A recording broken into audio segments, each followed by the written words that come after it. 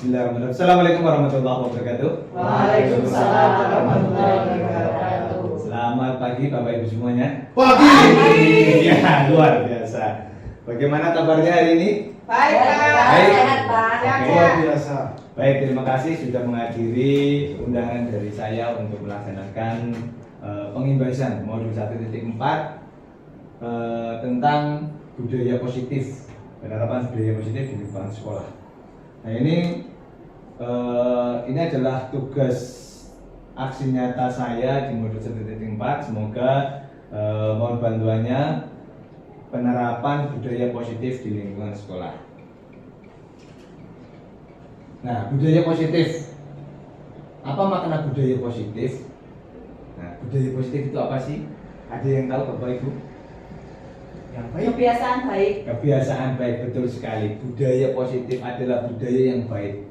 Nah, kemudian apa contoh budaya positif yang telah kita terapkan di kelas dan sekolah? Coba bayangkan.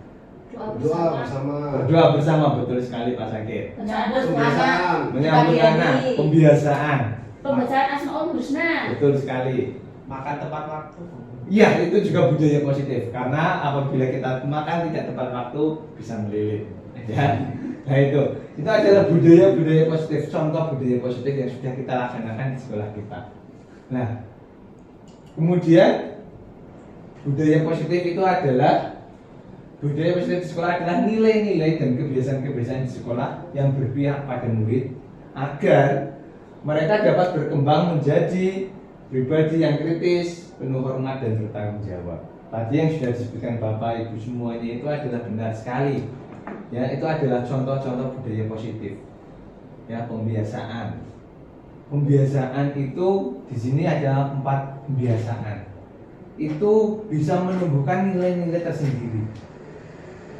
Ya, dalam 4 pembiasaan itu nilai-nilai pembiasaan yang muncul di setiap pembiasaan itu juga bermacam-macam. Kemudian berdoa setiap pagi. Ya, nilai religiusnya dimunculkan di situ. Pembiasaan Jumat sehat. Ya, nilai kesehatannya itu akan muncul di situ. Di samping itu mereka setiap Jumat sehat, mereka selalu membawa seragam olahraga, berarti mereka juga tertib, mengikuti aturan. Nah, kemudian, ini yang perlu kita sampaikan adalah bagaimana kita nanti merubah paradigma dari sesuatu yang belum baik ke yang lebih baik lagi. Nah, ini kita akan mencoba filosofi tentang pendidikan Ki Hajar Dewantoro. Ya, jadi bukan hanya itu sebuah tabulasi rasa, kemudian semua anak itu sebenarnya terlahir dengan bakatnya masing-masing atau unik. Ya, unik. Jadi jangan samakan anak-anak satu dengan anak yang lain karena mereka itu adalah pribadi yang unik. Kemudian yang kedua adalah tentang budi pekerti. Bagaimana budi pekerti itu harus diterapkan pada anak-anak kita di sekolah. Kemudian tugas guru itu bukan untuk membuat anak pintar. Secara dalam tanda kutip itu kita itu tidak tidak bisa memaksakan anak itu untuk pintar dengan pelajaran kita. Bahwa tugas guru itu menuntun bakat tersebut agar anak tumbuh dengan selamat dan bahagia. Kata kuncinya, mohon maaf, kata kuncinya itu di sini. Selamat dan bahagia. Bayangkan, 3 tahun anak sekolah di sini mereka tidak bahagia. Berarti kita selama 3 tahun itu membuat anak tidak bahagia gara-gara pelajaran kita. Bayangkan coba kalau kita di posisi anak. Kalau kita posisi dulu di SMA, kita sekolah 3 tahun tidak pernah bahagia gara-gara pelajaran sulit. Apakah mereka akan bertumbuh kembang? Nah, itu adalah perlu digarisbawahi bahwa anak itu harus selamat, jelas, ya, dan bahagia. Masalah pintar tidak disebutkan di sini. Nah, ini. Jadi jangan sampai kita menuntut, nanti kita akan bahas lebih dalam lagi. Kemudian guru ibarat petani dan anak kita ibaratkan biji jagung. Maksudnya begini, pada saat guru itu seorang petani dan anak itu atau murid itu sebagai biji jagung, maka tugas petani adalah menanam jagung. Jagung itu biarkan tumbuh menumbuhkan jagung.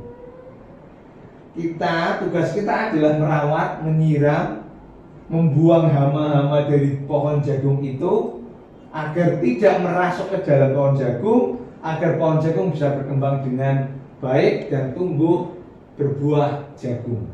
Bukan berbuah padi, bukan berbuah timun atau yang lainnya. Apalagi sampai berbuah durian. Nah ini adalah guru. Kemudian ada kodrat alam dan kodrat zaman. Ya, kodrat alam bahwa manusia itu dilahirkan mempunyai akal pikiran, kemudian mempunyai sifat yang bawaan dari gennya. Kemudian ada kodrat zaman juga.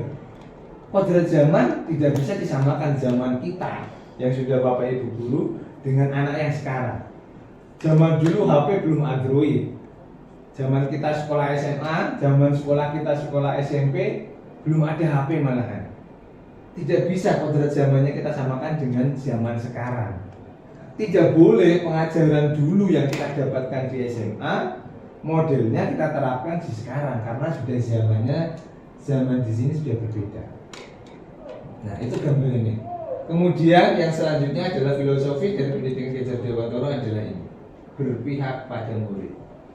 Jangan sampai murid itu dikalahkan dengan ego guru, bahwa guru itu harus menang dengan murid. Jadi kita harus bagaimana mengikuti alur murid. Saya pernah dengar bahwa kalau kalian sedang bahasanya ngomong bocah cilik, maka kalian harus jadi bocah cilik juga, agar mereka menikmati dunia mereka, bukan mereka yang menikmati dunia kita. Bahwa kita yang harus mengalah untuk masuk ke dunia mereka, bukan mereka yang dipaksa masuk ke dunia kita. Itu salah satunya adalah berpihak pada murid. Itu filosofi pendidikan Ki Hajar Dewantara. Kemudian yang selanjutnya ini ada perubahan paradigma. Perubahan paradigma yang harus kita tanamkan adalah untuk membangun budaya positif di sekolah. Itu perlu menyediakan lingkungan yang positif, aman, dan nyaman agar murid-murid mampu berpikir, bertindak, dan menciptakan dengan merdeka, mandiri, dan bertanggung jawab. Nah ini tugas kita sebenarnya di sini, membangun budaya positif yang tadi disampaikan. Apakah budaya positif itu sudah seperti ini? Benar-benar membuat lingkungan yang positif, aman, dan nyaman agar murid-murid mampu berpikir, bertindak, dan menciptakan dengan merdeka. Mencipta dengan merdeka, intinya mencipta dengan merdeka itu mereka itu punya gagasan apa dan berani menyampaikan. Ya, jangan sampai pernah saya dulu tidak wani ngomong gara-gara berarti salah, tidak berani berpendapat karena didomai salah atau ditertawakan temennya. Itu berarti mereka belum merdeka. Ya, pada saat mereka sudah berani mengungkapkan apa yang ada di pikiran mereka, maka dia baru merdeka di situ di kelas. Ya, tapi arahkan mereka. Jangan sampai nanti ada siswa tanya tidak tahu, jangan. Jawaban tidak tahu, tidak mengerti, diusahakan jangan diterima. Tetapi biar mereka mengeluarkan apapun yang berkaitan dengan pelajaran. Contoh, saya pernah di kelas tak wawancara satu persatu berkaitan dengan coding. Jawaban yang tidak diterima hanya jawaban tidak tahu, boten ngertos, yang tidak berkaitan dengan materi. Mereka bebas menjawab. Kalau saya tanya kode program ini digunakan untuk apa? Membuat website, membuat apapun, padahal jauh banget urutannya. Saya terima semuanya.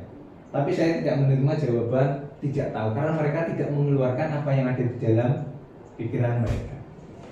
Nah ini kemudian lazimnya disiplin dikaitkan dengan kontrol. Dalam hal ini kontrol guru dalam menghadapi murid. Nah ini nanti kita akan belajar tentang bagaimana perubahan paradigma tentang teori kontrol. Nah, Bapak Ibu, teori kontrol di sini. Pernah nggak Bapak Ibu melaksanakan ini? Guru mengontrol murid, pernah nggak? Sering. Sering nggak? Mesti sering. Bu Surtini pernah mengontrol murid? Pernah. Pernah. Ya. Bapak Ibu, saya sendiri pun pernah. Bagaimana ini pendapat paradigma tentang teori kontrol? Dr. William Glasser dalam kontrol teori untuk meluruskan miskomunikasi tentang kontrol. Ini yang harus diluruskan Bapak Ibu. Bahwa ilusi guru mengontrol murid itu sekarang bukan zamannya lagi. Ya, guru mengharuskan siswa bisa atau harus melaksanakan sesuai dengan yang kita inginkan. Walaupun prakteknya kita memang tujuannya ke situ, tetapi memaksa untuk mencapai tujuan untuk siswa harus sampai pada tujuan, itu bukan salahnya siswa. Itu walaupun tujuan kita sebenarnya harus sampai finish, tetapi memaksa anak harus sampai finish itu tidak boleh. Kemudian selanjutnya, ilusi bahwa kritik dan membuat orang merasa bersalah dapat menguatkan karakter. Itu tidak. Itu sering saya lakukan. Tetapi itu tidak baik. Apapun namanya kritik, tidak ada yang membangun. Tidak ada kritik membangun. Bayangkan sekarang di forum laporan kegiatan, ada laporan kita bagaimana untuk memperbaiki kegiatan kedepannya. Kita berikan semua masukan yang kita laksanakan kemarin walaupun kenyataan. Kita sampaikan, si A kemarin tidak melaksanakan tugasnya, malah pergi. Bagian konsumsi malah diserahkan ke anak misal. Itu benar keadaannya seperti itu. Tetapi apakah itu kritik itu membangun si A yang bagian konsumsi? Karena mereka melakukan itu, ya pergi kemanapun itu punya alasan untuk tujuannya sendiri dan menganggap bahwa tujuan itu lebih, mungkin di mereka itu lebih berpengaruhnya lebih besar daripada ngurusi konsumsi itu. Tapi kita kadang tidak mau tahu itu, bahwa semua tindakan yang akan kita lakukan itu punya alasan sendiri. Jadi itu nanti. Kemudian semua ilusi bahwa semua penguatan positif, efektif dan bermanfaat. Ya ini yang perlu ini agak menarik di sini. Ilusi bahwa semua penguatan positif, efektif dan bermanfaat. Tidak semua yang positif itu bermanfaat bahasanya di sini. Nanti akan kita bahas ini. Contohnya positif COVID. Positif COVID itu paling tidak bermanfaat. Tapi kalau ibu-ibu positif itu bagi yang punya suami itu bermanfaat luar biasa. Soalnya seperti itu. Nah, ada yang takut juga positif. Bunda kan takut positif sekarang saya takut. Ya. Saya nggak sopo. Kemudian yang ketiga, yang keempat, ilusi bahwa orang dewasa memiliki hak untuk memaksa. Ini sering terjadi. Bayangkan juga kita di depan anak-anak, bahasanya ditakoni siswa itu malah dewe ngegas jawabnya. Seolah-olah kita tidak mau kalah dengan siswa. Itu kurang tepat. Bahwa sebenarnya anak apabila guru mengalah, dalam artian mengalah itu bukan berarti kalah gitu loh. Akan membuat mereka berpikir lebih dalam.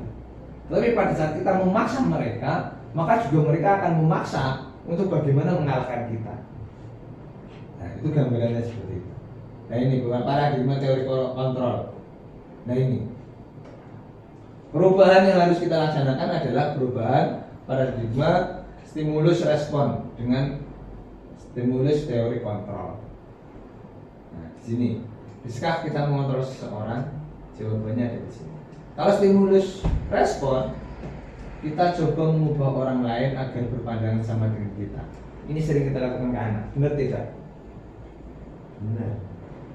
Kita sering mencoba mengubah orang lain agar berpandangan sama dengan kita. Bahasanya gini, kita mengajar pelajaran itu materi mudah sekali bagi halayak umum. Materi yang hanya dibaca mereka seharusnya paham. Tapi pada saat ada anak yang tidak paham, jangan salahkan anak itu. Ya, jangan salahkan anak itu karena kita tidak bisa merubah pola pikir dia. Yang harus kita laksanakan adalah kita berusaha memahami pandangan orang lain tentang dunia. Bahasanya begini, kalau materi yang mudah ada satu dua yang tidak bisa mengerjakan, kita pandangi, kita lihat sudut pandangnya mereka itu bagaimana. Jangan disalahkan. Jadi pada saat kita melihat sudut pandang mereka, maka kita akan tahu, oh dia itu memang kesulitan untuk kalau dia hanya sekedar membaca, dia harusnya mendengar atau melihat dari video. Nah itu bisa seperti itu. Jadi pada saat kita tahu keadaannya orang lain seperti apa, maka kita akan memahami. Yang selanjutnya adalah perilaku buruk dilihat sebagai suatu kesalahan. Hampir umumnya seperti itu. Anak terlambat itu buruk, salah. Anak nyontek itu buruk, salah. Oke, salah. Yang lain juga sama, kesalahan. Tetapi itu stimulus respon. Tetapi kalau teori kontrol, semua perilaku memiliki tujuan. Ini. Nanti kita akan bahas juga bagaimana kebutuhan manusia.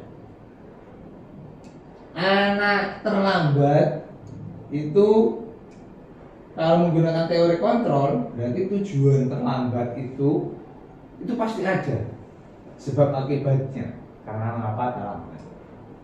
Kemudian orang lain bisa mengontrol saya. Nah ini berkaitan dengan kepercayaan diri. Tapi yang benar menurut teori kontrol adalah hanya Anda yang bisa mengontrol diri Anda. Dan semua orang seperti itu. Gambarannya. Kemudian saya bisa mengontrol orang lain? Tidak. Ya, tidak ada orang lain yang bisa kita kontrol. Jadi Anda tidak bisa mengontrol orang lain. Pemaksaan ada pada saat bujukan gagal. Jadi biasanya kalau siswa itu tidak mau, maka kita kerasi. Ya besok ini ya. Gentak, dibentak. Kamu itu. Nah, karena memang kita punya seolah-olah kita bisa mengontrol. Sebenarnya adalah kolaborasi atau kesepakatan menciptakan pilihan baru. Berkolaborasi dulu, membuat kesepakatan dengan siswa. Kemudian model berpikir menang kalah. Nah ini yang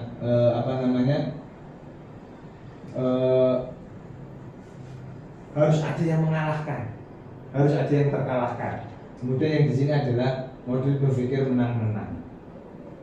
Jadi semuanya menang, mereka dapat menang, kita yang menang. Kita dapat tujuannya, mereka paham.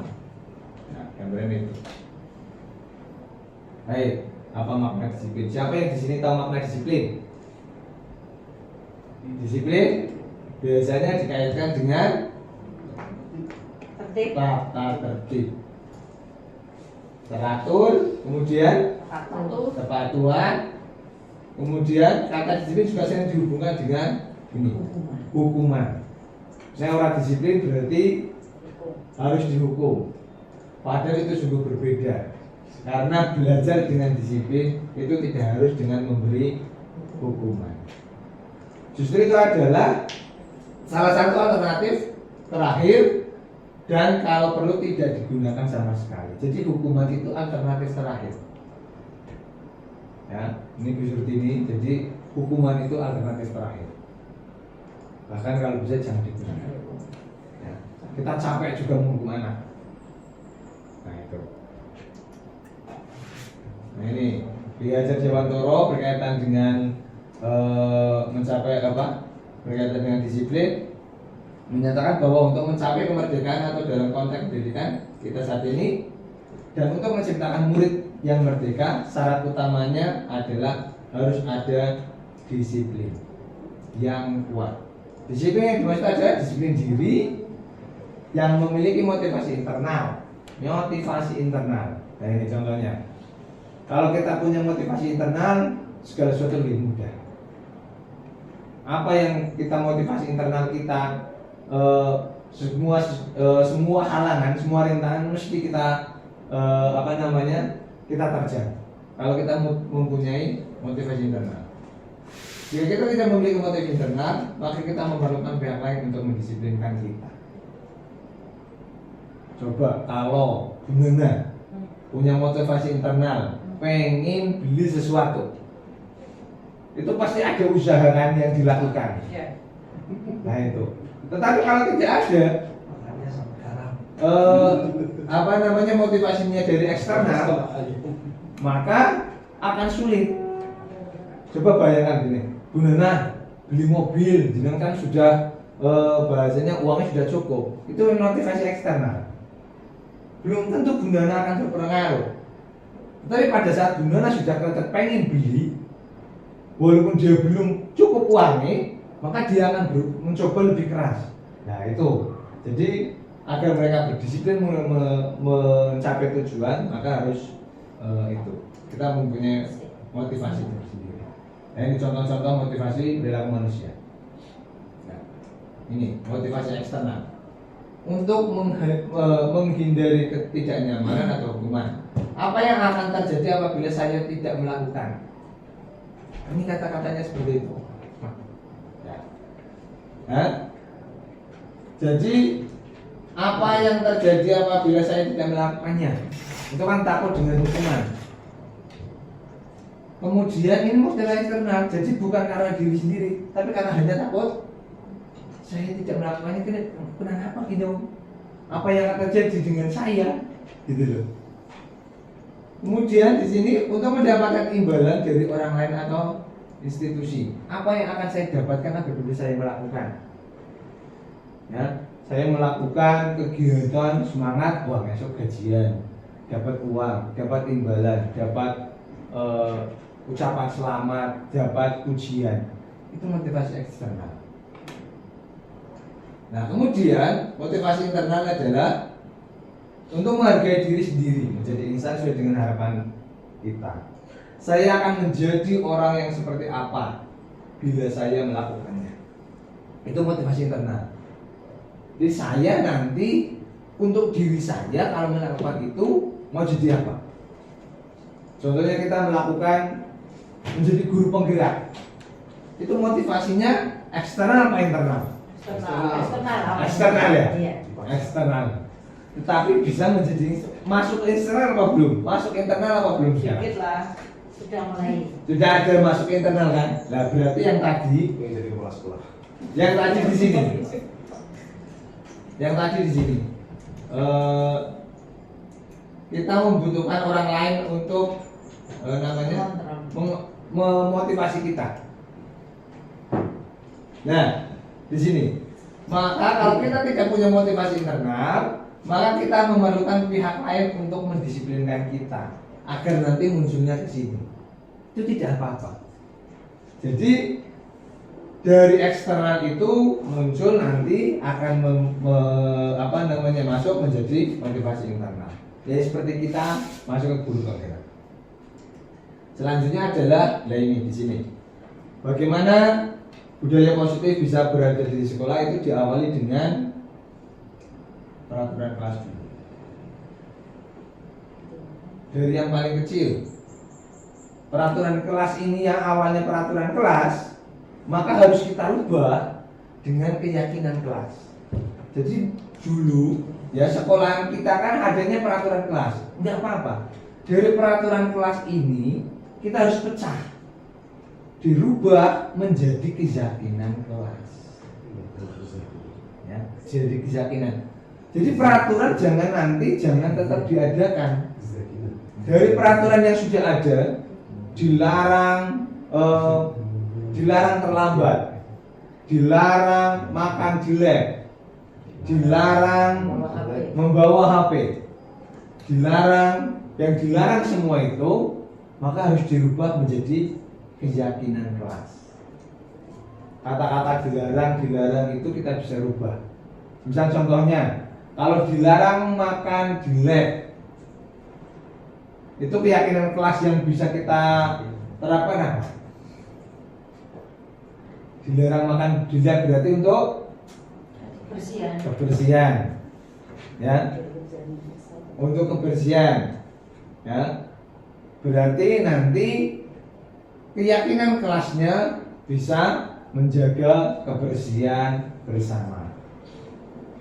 Berarti nanti makan di lab itu melanggar keyakinan kelas, tidak menjaga kebersihan.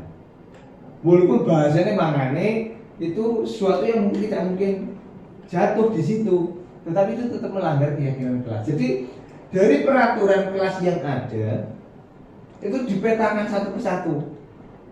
Oh, ini masuk kebersihan. Oh, ini masuk ketertiban, tertib, rajin, bertanggung jawab. Jadi satu. Maka di bawah peraturannya yang tadi itu masuk kebersihan apa saja. Tidak boleh makan di lab, kemudian piket tepat waktu, sepatu dilepas, kemudian yang lainnya itu kan peraturannya. Itu hanya dibulatkan menjadi menjaga kebersihan. Berarti peraturan yang tadi di sini itu hanya disimpulkan menjadi menjaga kebersihan. Keyakinannya menjaga kebersihan. Nah, dari di sini setelah menjadi keyakinan kelas, maka apabila kita laksanakan bersama akan menjadi lingkungan yang positif. Anak-anak, oh iya, neknya merene berarti nyong orang menjaga kebersihan. Neknya melakukan peraturan yang tadinya peraturan itu yang masuk ke kebersihan, oh berarti nyong orang menjaga kebersihan. Maka anak-anak akan secara sendirinya mereka terbiasa.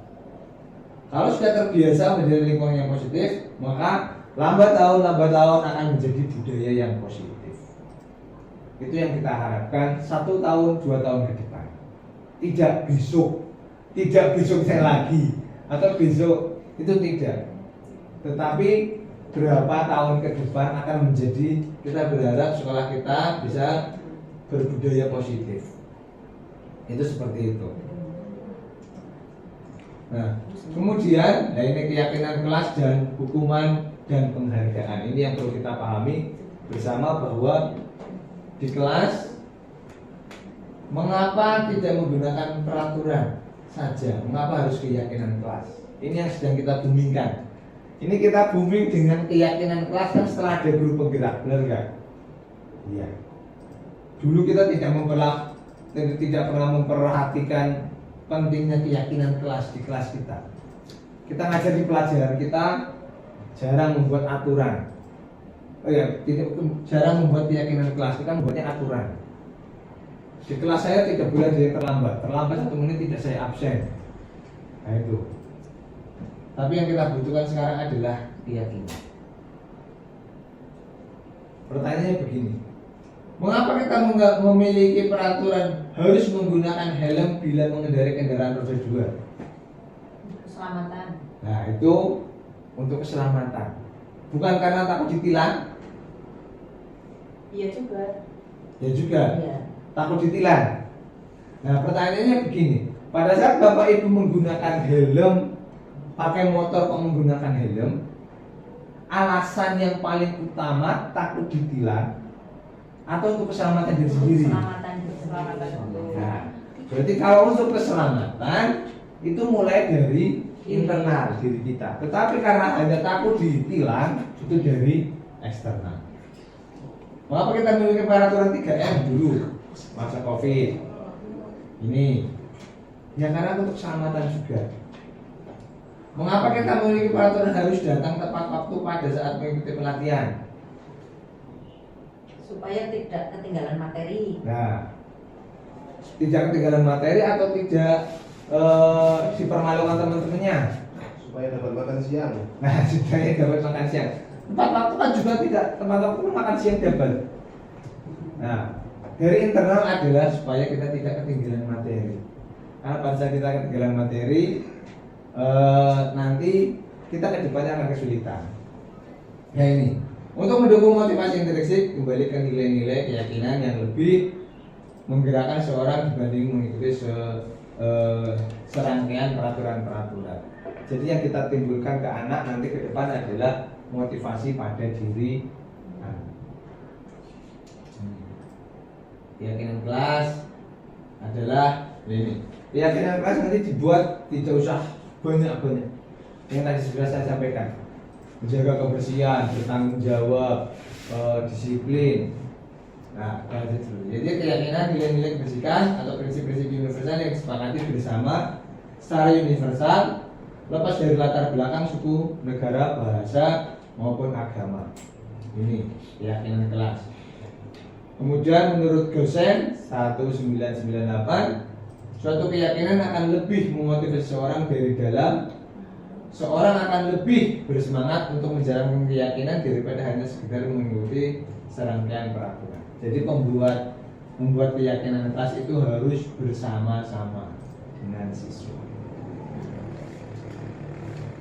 Ini pembuatan keyakinan kelas. Sudah ada yang pernah membuat keyakinan kelas? Sudah. Sudah semua? Sudah. Pak Safri sudah? Sudah. Sudah? Oh berarti sudah melakukan kegiatannya yang seperti ini. Keyakinan kelas bersifat abstrak daripada peraturan yang lebih rinci dan konkret. Jadi lebih umum. Tidak satu persatu dijabarkan semuanya. Yang menjadi keyakinan kelas semua. Jadi dikelompokkan. Nah, yang tadi saya sampaikan dari peraturan, silakan monggo. Oh iya, Pak. Ya. Jadi dari peraturan yang sudah ada dikelompokkan, ya, kemudian dibuat lebih abstrak, bersifat abstrak. Keyakinan kelas berupa pernyataan-pernyataan yang universal yang tadi. Jadi pernyataan universal isinya apa sih di sini? Nah, pernyataan keyakinan kelas senantiasa dibuat dalam bentuk positif. Jangan ada kata-kata dilarang. Ya, yang sifatnya positif. Keyakinan kelas sebenarnya tidak terlalu banyak sehingga mudah diingat dan dipahami. Orang sakit-akeh, paling 5 lah. Bertanggung jawab bisa. Bertanggung jawab itu isinya apa? Biar ada rinciannya. Menjaga kebersihan, disiplin, itu saja. Oh, kalau kamu kayak gini melanggar apa? Melanggar disiplin. Ya, gambaran itu. Kemudian bersedia meninjau kembali. Ini yang terpenting ini. Kalau ada keyakinan kelas yang belum masuk, maka bersedia meninjau kembali. Salah satunya semua warga kelas juga harus berkontribusi di situ. Ya. Nah ini peraturan, selalu kembalikan buku ke tempatnya. Peraturan kelasnya adalah tanggung jawab. Dilarang mengganggu orang lain. Nah ini kita rubah kata-kata dilarang. Ini kan dilarang itu bahasanya sudah negatif. Kita ke yang positif, menghormati orang lain dan diri sendiri. Hadir di sekolah 15 menit sebelum pembelajaran dimulai. Ini maksudnya ke menghormati orang lain, komitmen pada tujuan. Berkomitmen dari isinya. Dilarang melakukan kekerasan, keselamatan, menghormati orang lain. Dilarang menggunakan narkoba, maksudnya kesehatan. Bergantian atau menunggu giliran, menghormati orang lain. Jadi nanti keyakinan kelas menghormati orang lain. Tapi isinya menghormati orang lain adalah ini yang tadi. Bergantian dan menunggu itu menghormati orang lain. Kemudian dilarang melakukan kekerasan, itu masuk keyakinan kelas menghormati orang lain. Kemudian gunakan masker, kesehatan, keselamatan. Jangan berlari di kelas atau di koridor, ini keselamatan keamanan. Gambarannya itu. Nah ini membimbing murid untuk membuat keyakinan kelas. Nah ini gambarnya masih original. Jadi anak itu menuliskan hal-hal yang mereka harapkan, ya. Semua anak menuliskan keyakinan kelas yang mereka ingin buat. Setelah itu guru dan murid merangkum keyakinan kelas untuk dijadikan kesepakatan kelas. Ini dirangkum jadi satu, yang semua siswa itu menuliskan, kemudian kita arahkan untuk dirangkum jadi satu, kemudian yang selanjutnya adalah menempel kesepakatan kelas yang dihasilkan. Jadi nanti setelah menjadi kesepakatan kelas, kita bisa tempel di kelas kita. Nah, gambarannya itu. Nah, dihukum oleh penghargaan. Ini yang sebenarnya penghargaan baik apa tidak sih? Nah, gambaran di sini. Ribet untuk hanya mendapatkan kelas prestasi kelas baik apa tidak sih? Dihukum oleh penghargaan. Pengaruh jangka pendek dan jangka panjangnya itu ada. Ya, penghargaan itu sebenarnya bisa menghukum diri sendiri dan menghukum orang lain. Bayangkan kalau setiap ranking kelas 1 ranking 1 di kelas itu mendapat uang 100.000 per semesternya. Bagaimana perasaan anak yang tidak mendapatkan? Iri. Bagaimana kalau semester besok anak yang semester kemarin dapat sekarang tidak? Kecewa. Mereka kecewa. Ya, itu sebenarnya kita sama saja menghukum. Kemudian ini membuat penghargaan tapi menghukum. Nah itu yang tadi saya sampaikan. Penghargaan mengurangi ketepatan. Penghargaan jadi tidak efektif. Penghargaan bisa merusak hubungan. Mereka semuanya bersaing hanya untuk menghasilkan 100.000 di akhir semester. Tapi prosesnya mereka tidak dapatkan. Bisa saja mereka mencontek dan sebagainya untuk mendapatkan nilai yang baik. Nah ini, nah coba Bapak Ibu, mari kita isi bareng-bareng. Kalau tindakan guru di sini, ini hukuman atau konsekuensi? 1, 2, 3, 4, 5, 6, 7. Ini pas sekali di sini gurunya lebih dari 7. Pertama Pak Bu Surtini coba. Mencatat 100 kali itu termasuk hukuman. Di sini hukuman ya? Ya. Oke, Bu Surtini coba hukuman. Bu Amalia, nomor 2 coba ini. Lari mengelilingi lapangan basket 2 kali karena terlambat dari sekolah. Hukuman apa konsekuensi? Hukuman. Karena nggak ada Hukuman. hubungan itu. Ya. Bu Tri, murid diminta untuk push up 15 kali karena tidak menggunakan masker ke sekolah. Hukuman. Hukuman. Pak Maruf, menggantikan kertas tugas teman yang telah dicoret-coret. Konsekuensi. Pak Safri, membersihkan tumpahan air di meja tulis karena tersenggol pada saat belajar. Konsekuensi. Pak Sakir, minta murid tidak mengenakan sepatu. Ini hukuman. Hukuman. Pak Apit, terakhir, lari mengelilingi lapangan basket 2 kali karena terlambat 10 menit untuk pelajaran PJK. Konsekuensi. Mari kita lihat. Ya. Mari kita lihat. Ya, betul sekali. Hukuman, konsekuensi, hukuman dan konsekuensi. Kenapa lari di sini dan lari di sini itu berbeda jawabannya? Karena lari mengelilingi lapangan basket 2 kali karena terlambat 10 menit untuk pelajaran PJOK itu berhubungan dengan kesehatan, dengan fisik PJOK itu masih selaras. Tetapi hanya karena lari karena terlambat itu tidak akan memperbaiki keterlambatannya hanya dengan lari, kan tidak ada hubungannya.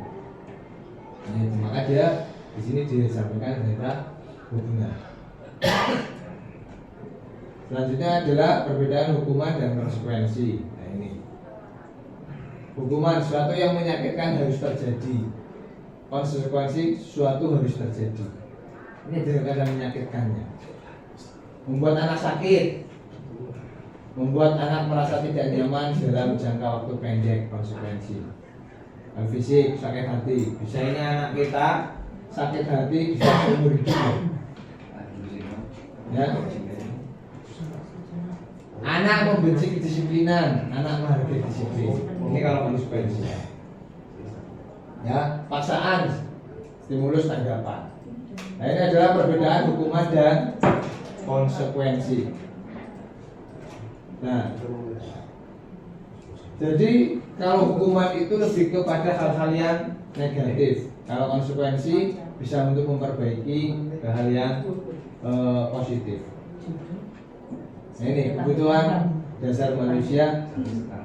Ini materi yang hampir ini bahwa kita sebagai guru harus tahu 5 dasar kebutuhan manusia.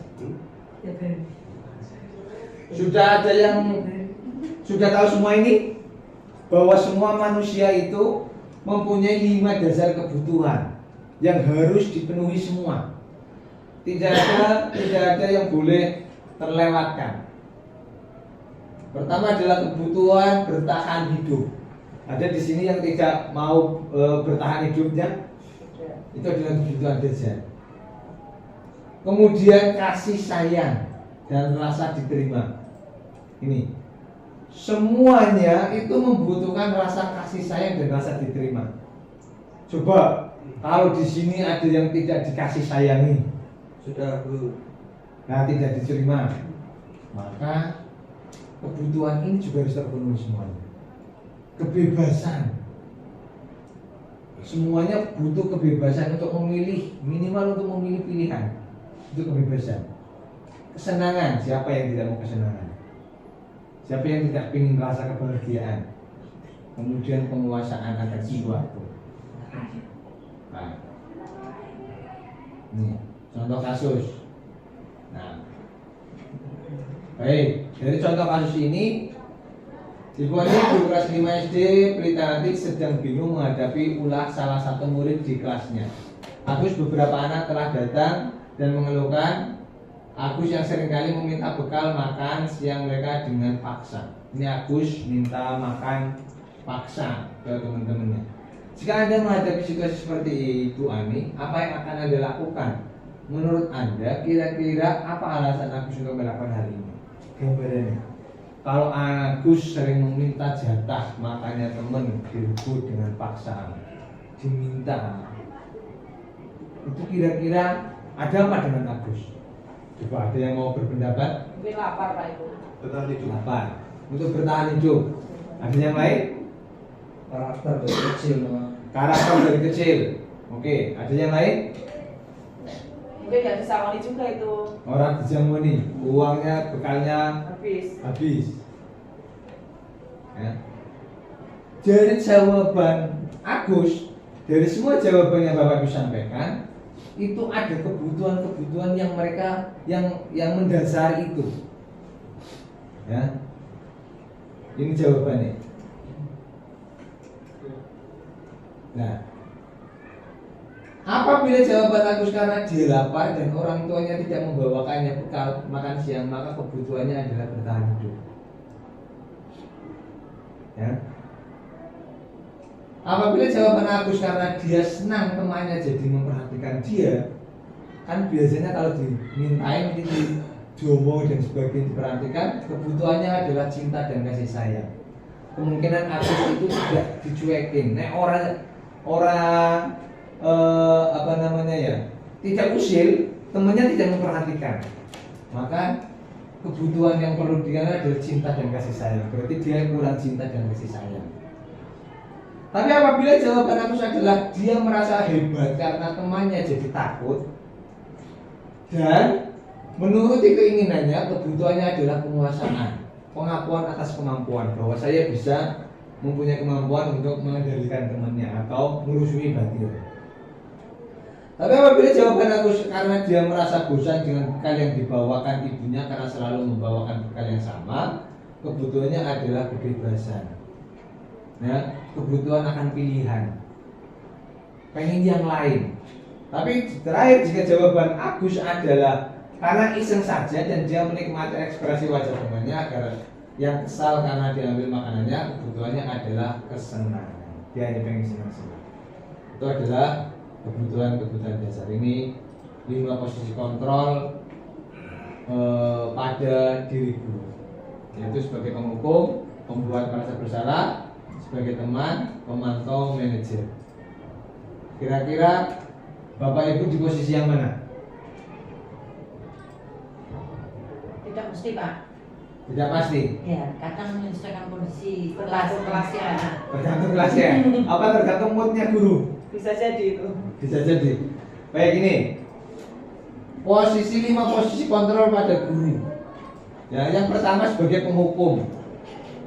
Guru berbuat itu menghardik, menunjuk-nunjuk, menyakiti, menyindir. Itu guru sebagai penghukum. Guru merasa bersalah, pembuat merasa bersalah. Jadi guru ceramah seolah-olah dengan bahasa yang pelan. Seolah-olah gurunya itu, ibu itu, kamu tuh seharusnya kayak gini, kayak gini, kayak gini. Ya. Enggak. Nah, ibu itu kecewa sama kamu itu berbuat seperti ini. Nah ini. Kalau sebagai teman, itu membuatkan alasan-alasan untuk muridnya. Jadi seolah-olah teman. Kemudian pemantau itu menghitung dan mengukur.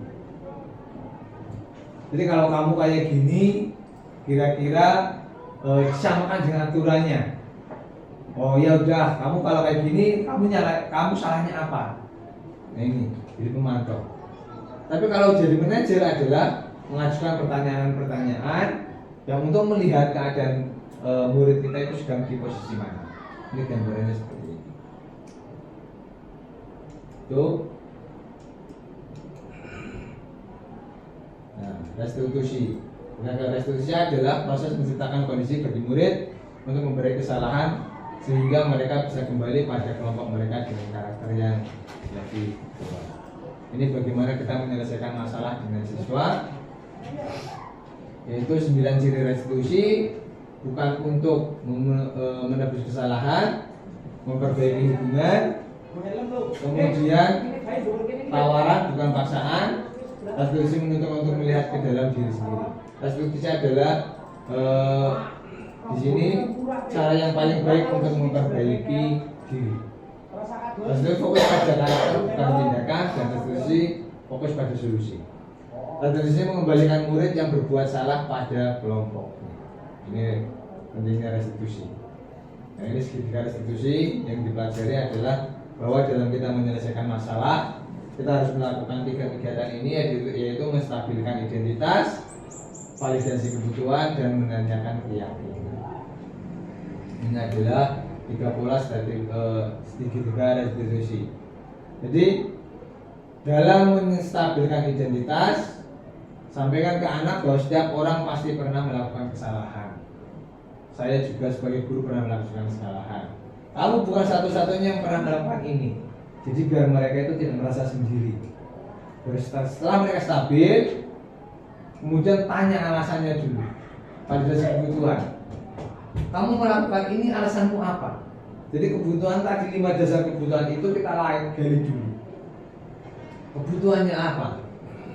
Apakah ada cara yang lebih efektif untuk mendapatkan apa yang kamu butuhkan? Nah ini gambarannya untuk validasi kebutuhan. Kemudian setelah itu baru menanyakan keyakinan. Kalau kamu berbuat seperti itu, kira-kira salah apa tidak? Biar mereka menjawab sendiri. Nilai apa yang telah disepakati dari kita yang kamu langgar? Nah itu. Kamu ingin menjadi orang seperti apa? Menjadi polisi, menjadi apa? Nah, kalau kembalikan lagi, kalau kamu seperti ini, apakah akan seperti itu? Akan mencapai tujuan itu? Oh, maka mereka akan sadar dengan sendirinya. Itu harapannya. Ini adalah praktek ketika restitusi yang saya laksanakan dengan anak, dan anak tertarik dengan hal itu. Berjalan, saya dengar dari ketua kelas katanya kamu baru bertengkar sama anak. Iya Pak. Kenapa? Saya kesel sama anak Pak. Emang keselnya kenapa? Tadi waktu ulangan saya dicontek sama anak Pak. Oh wajar berarti ya. Kalau saya di posisi kamu pun saya mungkin akan kesel juga. Terus apa yang kamu lakukan sama anak? Tanpa sadar saya tadi marah-marah terus Mendobrak meja Pak. Nah, yang kamu lakukan ini sudah sesuai dengan kesepakatan kelas kita atau belum? Enggak Pak, saya melanggar. Apa yang kamu langgar tentang kesepakatan kelas kita? Saya melanggar tentang menghormati sama teman Pak. Nah, menurut kamu menghormati sama teman itu penting apa tidak? Penting. Berarti penyelesaiannya bagaimana? Penyelesaiannya saya akan lebih sabar lagi ke depannya Pak, biar nggak kebawa emosi seperti itu lagi. Ya, bagus. Berarti besok kalau ada teman kamu yang nyontek, kamu harus bagaimana? Saya akan diam, mau lapor aja Pak ke guru mapel atau guru BK. Oke, baik. Berarti seperti itu ya, jangan marah-marah lagi. Iya Pak. Baik, yaudah. Besok kalau ada yang nyontek, kamu jangan marah-marah lagi, dikontrol emosi kamu. Iya Pak. Ya udah. Sekarang kamu kembali ke kelas ya. Iya Pak. Ya, silakan. Assalamualaikum warahmatullahi wabarakatuh. Perkenalkan, nama saya Hairunisa Fida Salsabila dari kelas 12 PPLG 3. Saya sangat senang diajak diskusi dengan Pak Aris karena saya dapat belajar bahwa kedepannya saya harus lebih bersabar lagi dan saya dapat menghormati teman-teman saya dan tidak melepas emosi di dalam kelas. Terima kasih. Wassalamualaikum warahmatullahi wabarakatuh. Udah sih gitu Pak. Dinda, Iya Pak. saya tadi dengar dari guru piket, katanya kamu hari ini terlambat ya? Iya Pak. Kamu terlambat sudah berapa kali semester ini? 5 kali Pak. 5 kali ya? Terus menurut kamu terlambat itu sebuah kesalahan atau bukan? Kesalahan. Ya, nggak apa-apa. Setiap manusia itu pasti memiliki kesalahan, tetapi sebisa mungkin harus bisa memperbaiki kesalahan itu sendiri. Iya Pak. Nah, kemudian kira-kira kamu terlambat kenapa? Saya begadang dan nonton drakor Pak, jadi tidurnya kemalaman. Seperti itu. Nah, kalau kamu terlambat itu, kamu sudah melanggar keyakinan kelas atau belum? Melanggar. Kira-kira apa yang kamu langgar? Kedisiplinan. Nah, menurut kamu disiplin itu penting apa tidak? Penting Pak. Nah, kalau menurut kamu penting, apa yang akan kamu lakukan? Saya akan tidur lebih awal dan tidak begadang agar tidak terlambat lagi. Ya, baik, seperti itu ya. Saya juga akan memantau kamu lewat orang tua kamu agar nanti pagi kamu ada yang membangunkan. Jangan sampai terlambat lagi. Yang penting berusaha memperbaiki. Ya. Ya udah. Sekarang kamu kembali ke kelas dan besok-besok jangan terlambat lagi ya. Iya Pak. Ya udah. Assalamualaikum warahmatullahi wabarakatuh. Perkenalkan, nama saya Linda Yunita dari kelas 12 PPLG 3. Terima kasih Bapak Aris. Saya sangat senang berdiskusi dengan Bapak untuk menyelesaikan masalah yang telah saya lakukan. Saya tidak akan begadang lagi agar tidak terlambat datang ke sekolah. Terima kasih. Wassalamualaikum warahmatullahi wabarakatuh. Mungkin itu, terima kasih Bapak Ibu semuanya. Jangan lupa untuk bahagia. Kurang lebihnya mohon maaf. Saya Iris. Assalamualaikum warahmatullahi wabarakatuh. Waalaikumsalam warahmatullahi wabarakatuh.